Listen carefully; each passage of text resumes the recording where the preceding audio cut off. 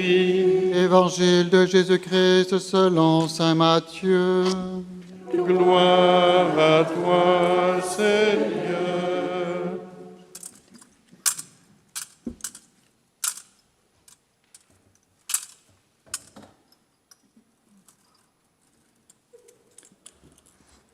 En ce temps-là, voyant les foules, Jésus gravit la montagne.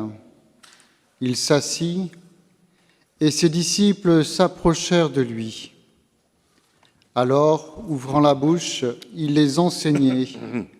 Il disait : « Heureux les pauvres de cœur, car le royaume des cieux est à eux. Heureux ceux qui pleurent, car ils seront consolés. Heureux les doux, car ils recevront la terre en héritage. Heureux ceux qui ont faim et soif de la justice, car ils seront rassasiés. Heureux les miséricordieux, car ils obtiendront miséricorde. Heureux les cœurs purs, car ils verront Dieu. Heureux les artisans de paix, car ils seront appelés fils de Dieu. Heureux ceux qui sont persécutés pour la justice, car le royaume des cieux est à eux. Heureux êtes-vous si l'on vous insulte, si l'on vous persécute, et si l'on dit faussement toutes sortes de mal contre vous à cause de moi. Réjouissez-vous, soyez dans l'allégresse, car votre récompense est grande dans les cieux. Acclamons la parole de Dieu. Louange à toi, Seigneur Jésus.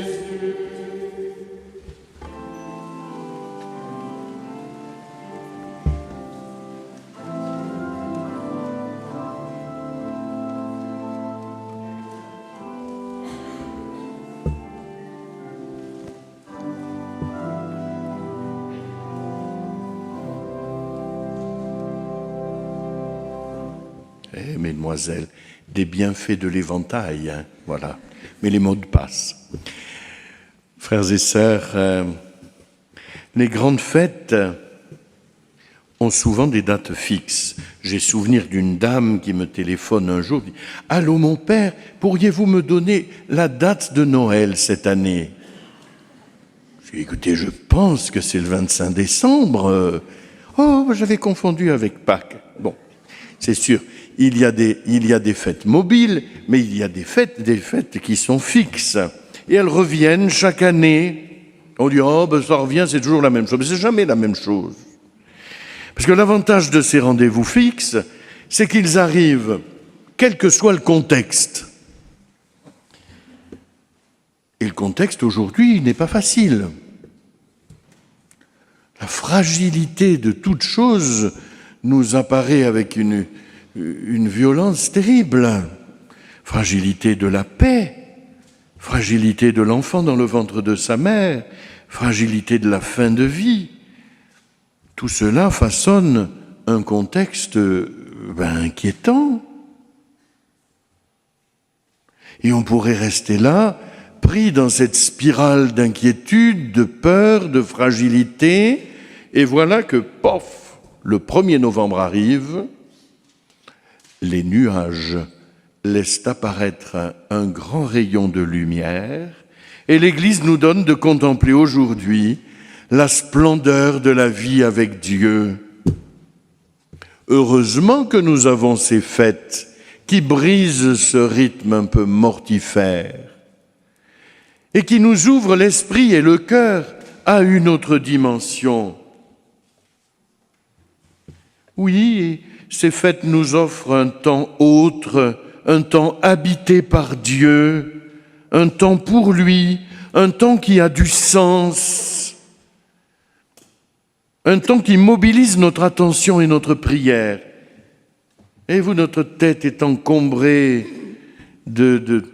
d'explosions, de drones et de quoi encore de plus terrible. Il y a tous les nuages sont là, l'angoisse, la peur de l'actualité viennent nous rejoindre. Et voici que la puissante et paisible lumière du ciel vient se poser sur nous en ce jour, et nous prenons le temps de l'accueillir et de la contempler. Une fête religieuse, ce n'est pas une parenthèse enchantée. Voilà, parce qu'on aime bien faire ça, vous voyez. Mais enfin, l'enchantement de Toussaint, aujourd'hui, c'est Halloween avec des araignées et des sorcières. Ça n'a rien d'enchanteur. Le monde est déjà triste, on le rend encore plus triste.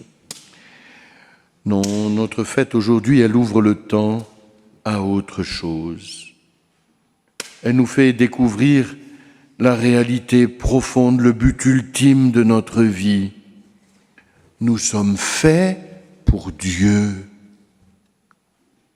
Voilà, on arrête, on pousse le bouton, c'est fini, et tout d'un coup, nous reprenons conscience que nous sommes faits pour Dieu. La Toussaint nous rappelle donc notre vocation commune, d'être tous unis en Dieu dans une même vie, dans une même sainteté, dans une même louange, dans une même gloire, Église de la terre et Église du ciel, nous ne faisons qu'un, et c'est la même vie glorieuse qui traverse nos existences. Nous sommes tous voulus par Dieu, et Dieu n'a d'autre souhait que de nous partager sa vie en plénitude. Qu'est-ce que c'est la sainteté de Dieu?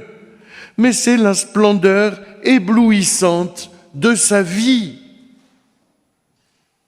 Depuis le jour béni de notre baptême, nous sommes devenus les tabernacles de sa présence sainte. Où que nous soyons, c'est Dieu qui est présent, parce que sa vie nous habite, parce que son esprit nous sanctifie. Voyez la belle responsabilité, la belle vocation qui est la nôtre. C'est ce bonheur que chantent les béatitudes. Heureux, oui, heureux ceux qui, au travers des épreuves et des difficultés du quotidien, accueillent cette lumière puissante de la vie de Dieu. La splendeur de ce don vient illuminer toutes les dimensions de notre être. Les malheurs nous accablent peut-être ce matin. La maladie fait peut-être son œuvre en nous. Notre cœur est peut-être brisé par le chagrin. Mais la sainteté, la vie éblouissante du ciel, vient et demeure en nous, quoi qu'il arrive. La lumière est là.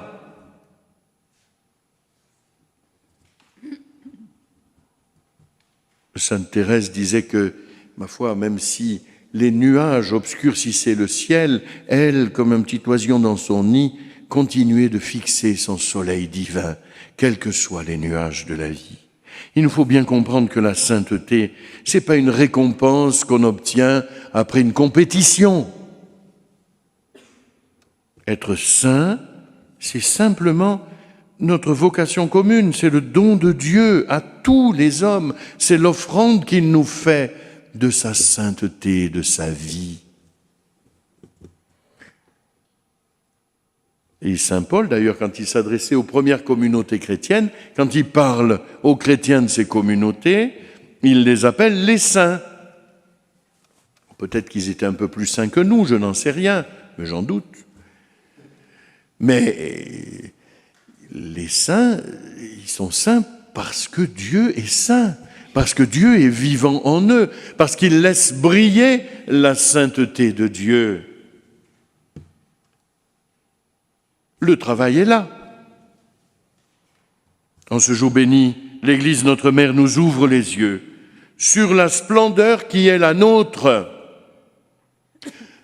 Oh, mais moi, vous savez, mon Père, je suis là, je suis humble dans mon petit coin. Ben oui, ben c'est justement pour ça que le Seigneur t'a choisi. C'est pour ça qu'il fait reposer sur toi sa gloire.